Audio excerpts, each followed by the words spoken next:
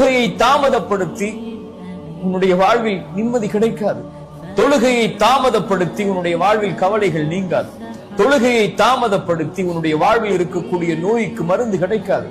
தொழுகையை தாமதப்படுத்தி உன் குடும்ப உறவிலோ உன் வாழ்விலோ இருக்கக்கூடிய பிரச்சனைகளை ஒருபோதும் நீக்க முடியாது. தொழுகை வெளிச்சம்.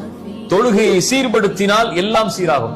இறைத்தூதர் ஸல்லல்லாஹு அலைஹி வஸல்லம் சொன்னார்கள், மறுமையில் ஒரு அடியானிடத்திலே இறைவன் விசாரிக்கக்கூடிய முதல் விசாரணையாக தொழுகையை தாமதப்படுத்தி உன்னுடைய வாழ்வில் நிம்மதி கிடைக்காது. தொழுகையை தாமதப்படுத்தி உன்னுடைய வாழ்வில் கவலைகள் நீங்காது. தொழுகையை தாமதப்படுத்தி உன்னுடைய வாழ்வில் இருக்கக்கூடிய நோய்க்கு மருந்து கிடைக்காது. தொழுகையை தாமதப்படுத்தி உன் குடும்ப உறவிலோ உன் வாழ்விலோ இருக்கக்கூடிய பிரச்சனைகளை ஒருபோதும் நீக்க முடியாது. தொழுகை வெளிச்சம். தொழுகையை சீர்படுத்தினால் எல்லாம் சீராகும். இறைத்தூதர் ஸல்லல்லாஹு அலைஹி வஸல்லம் சொன்னார்கள், மறுமையில் ஒரு அடியானிடத்திலே இறைவன் விசாரிக்கக்கூடிய முதல் விசாரணையாக